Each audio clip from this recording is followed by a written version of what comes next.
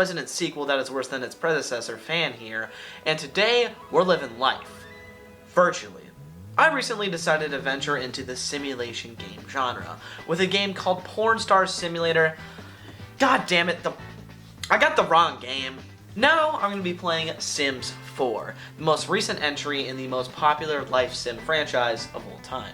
Now let's see who publishes it. Oh, fuck me.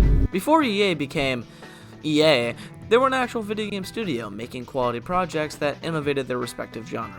One of their biggest franchises was The Sims, a life simulation game with a lot of charm and personality, unlike your bitch. The Sims, however, wasn't developed by EA, and was instead developed by Maxis, and their debut Sims game dropped in 2000 for PC. The Sims received critical acclaim and financial success, with many praising its fun gameplay and building, as well as the graphics. The Sims 2 released 4 years later in 2004, and is considered to be one of the greatest games of all time, revolutionizing the life sim genre. The 3D graphics and non-linear gameplay was praised to high heaven, and Sims 2 sold even more than Sims 1. Sims 3 then came out, and received positive reviews by fans and critics. It introduced an open world, which everybody loved. This was back when open worlds were actually cool, but nowadays, unless you're Rock with a Star, or the worst company ever, like, who cares? So up to this point, The Sims were 3 for 3, with each game evolving the gameplay and improving the graphics. So in 2014, EA announced and released the long-awaited Sims 4, a game with more height than Sex 2. I mean, what would they add or improve? Imagine the graphics, I mean, oh my god! Then it released! Where's the game? Sims 4 is a game that's lacking. End of the conversation. However, before we shit on the game, we should probably talk about the development and the updates. In 2012, Maxis announces that the game would be online 24/7. However, when SimCity 2013 came out to reviews that make the Holocaust sound like a good time, Maxis changed their minds to make it a single-player experience. They created a new engine titled the Smart Sim, focused on creating more expressive animations and adding a more realistic tone, I guess? I don't know. In fact, the main goal, according to music composer Elon Eshkeri, was to add more emotions to The Sims and make them feel more real. However, during the lead up to release, Maxis announced that the game was cutting features from Sims 3, like the open world and creative style features. This made people big mad. They were probably throwing their Sims merch across the room in rage. At the end of the day, though, everyone knew why they were doing this. Overall, this decision was made purely for monetary reasons, as we all know Maxis could have easily implemented these features. I mean, Sims 3 sold like a motherfucker, so clearly it wasn't due to budgetary constraints. They're just being lazy. The Sims 4 released 2 lukewarm reviews, praising its graphics and customization, but criticizing its long load times and removal of features. Of course, throughout the last 9 years, they've released DLC, adding back features while doing some unique ideas. In 2022, the game switched to a free-to-play model, which overall, I think was a pretty good idea, because like I said at 148, where's the game? Alright, now that we've covered the development and the history of The Sims, let's get right into it. Here's the game, and graphically, it's really good. The animations are fantastic, with each one of them filled with personality. I mean, look at the cooking here. It looks and feels great. The characters tossing the pan, spilling food on themselves. It honestly is very well animated and shows off the Smart Sims engine pretty damn well. The graphics are overall pretty great, with vibrant colors, nicely designed 3D models, and some banger UI that's clean and very easy to use. The music here is also very good. They sound great in my ears.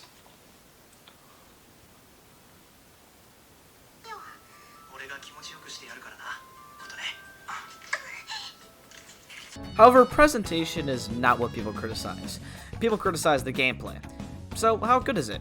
It's fine. Meet Chad Thundercock. I modeled him after me and my personality. First things first, the character customization is pretty good here for 2014. With the base game, it gives you a solid amount of options in terms of clothing and facial features. Also, being able to customize your body is pretty epic, as you can make your sim look wild. And with DLC, you can get even more options. However, I wish you can customize your body hair more, or be able to apply more traits. As it stands, it's pretty good. But considering the budget, they could have easily added more specific likes and dislikes, or more unique and interesting traits like sociopath or erectile dysfunction. I can't cope with it anymore! Loading into the game, we get greeted to the World Select screen. What is this? There are 3 worlds, but if you're not in a building, there's really only 2. Willow Creek and Oasis Springs. Willow Creek and Oasis Springs contain plots, Sims to interact with, recreational buildings, but the 3rd world, New Crest, only features empty plot meant for builders. Overall, this is pretty fucking horrible. In each world, there are like maybe 12 to 14 Sims to talk to, and that's me being generous. This means after 4 to 5 hours, you probably have talked to everyone and interacted with everything. Also, every place you visit is kind of pointless. Yeah, you can socially interact with Sims or change your emotions, but my problem comes in the fact that all this can be done in your little house for just a little bit amount of money. Exercise, check. Mood changes, check. I guess you can't socially interact with other Sims, but like I mentioned, there's not a lot of Sims to talk to. Not saying the bar, gym, or museum are boring. For the most part, they're fine. I just wish they added location-specific mechanics. You might also point out that The Sims 3 only has 1 world in the base game, which yes, is true. But that world is much bigger and also contains no loading screens, unlike Sims 4, which basically has buy one, get one levels of loading screens. You probably spend more time loading here than you actually spend time going outside. Anyways, I select Oasis Springs and purchase an empty lot to start building my own little house. The building here is actually really good. The game gives you a lot of options to build your house with tons of roof types, wall styles, and ornaments. They even add a realistic tax and bills mechanic, where you have to pay bills and taxes at the end of the month. Thank you, Sims 4, for reminding me that I'm suffering in real life. The controls are good, the camera is fluid, and overall, it was a pretty good time building my house. Good job, Sims 4. So now with a house, it's time to begin a career. Here, we have plenty of options. You can be on SNL or evade taxes, but I choose to be an entertainer pursuing music. One thing cool is the welcoming party, where people around town come to greet you. Only 1 person showed up, which is pretty depressing to be honest, but I ended up fucking him, so it's alright. When it comes down to the main gameplay here in the base game, it mainly comes down to improving your career, leveling up in skills, and starting a family. I tried for a baby with this dude, but for some reason he just won't get pregnant. Why is this game so unrealistic? When it comes to improving your career, the gameplay is pretty simple. Show up on time, do your daily tasks, and watch the money flow through. In my opinion, this is about as boring as watching The Irishman. It's simple, basic, bland, and fucking boring. Every job feels the same, but with just slightly different tasks. There's no personality and barely changes the Sim's life outside of the job. The game does have a cool feature where the job you can work can mentally drain your Sim if your Sim just isn't compatible with it, but other than that, jobs are pretty unimpressive. However, in the very first expansion pack ever released, Get to Work, they would add new jobs where you can actually work at, complete interesting tasks, and further your Sim's social life. This is what I expected out of a modern life simulator game made by $1 million company.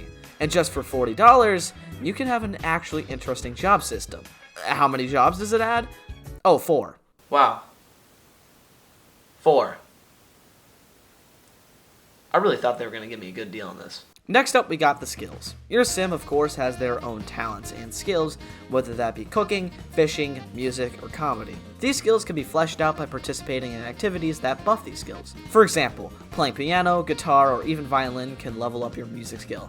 And as you level up your music skill, your music actually sounds better. This is a nice little touch of detail that the game really needs. Once you reach the higher levels, you can even start writing music and make money off of that. This progression applies to most skills. As you level up, you earn more options in said skill. In my opinion, this is where Sims 4 shines. The game excels in polish, and watching your Sim try out new skills and improve at them is fun and satisfying. Unlocking new recipes, catching cool fish, writing new books, all these are fun to do, and in my eyes is where Sims 4 shines the most, besides the building. However, there are flaws in the skill system. For one, some skills like writing or music are much more fleshed out than, let's say, cooking. Cooking simply just gives you more recipes, while music and writing lets you release music or books and unlock new genres to play or write. To me, being an expert in painting is the best because selling art gains you insane amounts of money and breaks the game. This poor balancing is a shit stain on one of the best parts of the game, and kind of sad to see because, you know, for a while I thought it was actually going to be crazy in this game. Well, I tried to see the positives, but I don't know, it feels like there's a lack of content. Shit, I got it. The Sims 4 biggest flaw is the amount of content. The Sims 4 base game contains very little amounts of Sims, clothes, worlds, activities, skills, likes and dislikes, and porn. Everything in this game shares the same flaw, and that is a lack of shit to do. For God's sakes, you played this game for longer than like 2 to 4 hours, and you most likely have experienced everything to do. They should rename the Oasis Springs to fucking Bone Dry Dunes, because this shit is bone dry in content. Most places you can visit are a mild 10-minute distraction, and if you dislike the building in this game, then you are pretty much just down to 2 worlds to explore. Even the family mechanics are bone fucking dry, man. I mean, your child ages, goes to school, that's about it. You can't even play as them at school, unless you buy the DLC. They're once again a mild distraction at best. Sims 4 is at its best when it's eye candy, and you're looking at some good looking Sims doing an activity you suck at in real life. But other than that, The Sims 4 is missing a core aspect of itself. The game part of it. There is nothing in this game. But with a couple $1,000s, you can get a functional game. The Sims 4 has had an insane amount of DLC added into the game over the last near decade. Most of it being pretty good. Just not $40 good. The first pack, Get to Work, is pretty solid, but probably should have been in the base game. Seasons is one of the best packs, as it adds holidays and weather. Weather. How the fuck is this not in the base game? For the most part, Sims 4's DLC is pretty good, but it's not $40 worth, and most of it feels like shit that should have been in the base game. And there's like 13 packs of it. It's complete overload. To sum up this game, underwhelming. It's got polish and a lot of good ideas. But currently, in the base game, it's a skeleton. And if you spend a couple $1,000s, hey, that skeleton will have some meat on it and even some nice seasoning. But in my opinion, it's just not worth it. Overall, I'm feeling a 5 out of 10. The best EA game in 10 years.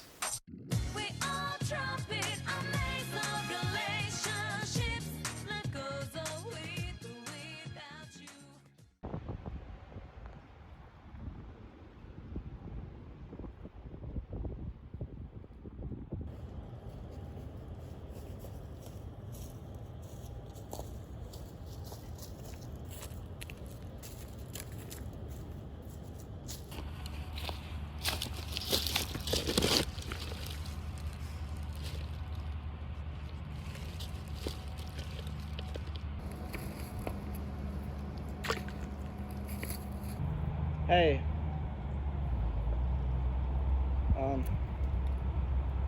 Yeah, I got it.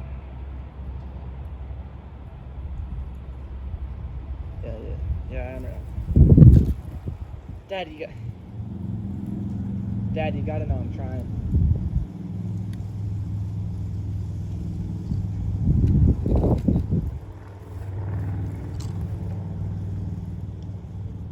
You know I'm not smart enough to do that. What, 20 grand a year?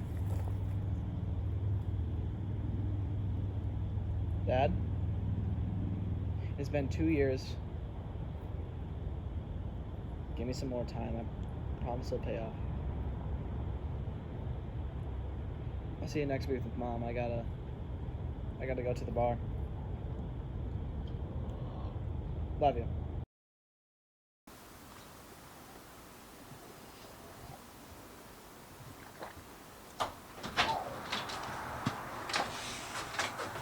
I'll get a shitty K, please.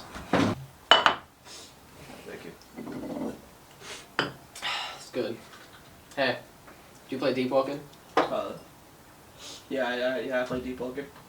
You play Deep Walker? Sure. You want to play sometime? I guess. What's your name? Gallery. Marcus Gallery. And you? Jade. So no last name? Smith. Jade Smith. What an interesting name. I wish. Well, you know, I try to find the positive in every situation. Like when my old orphanage got firebombed. You really don't need to get into detail about that. Fine. Can I get your Roblox username? Yeah, here you go. Should be here. So what would you rate Deepwoken out of 10? D4 out of 10, probably like a 8 out of 10. Probably. 8 out of 8. Right. No, it's not a perfect game. Experience. It is a fucking experience. Okay. You can chill out. Just met you. Fine. Come on. Fine. If you're down, we can play later. I got my Discord. Are you okay with that? Yeah.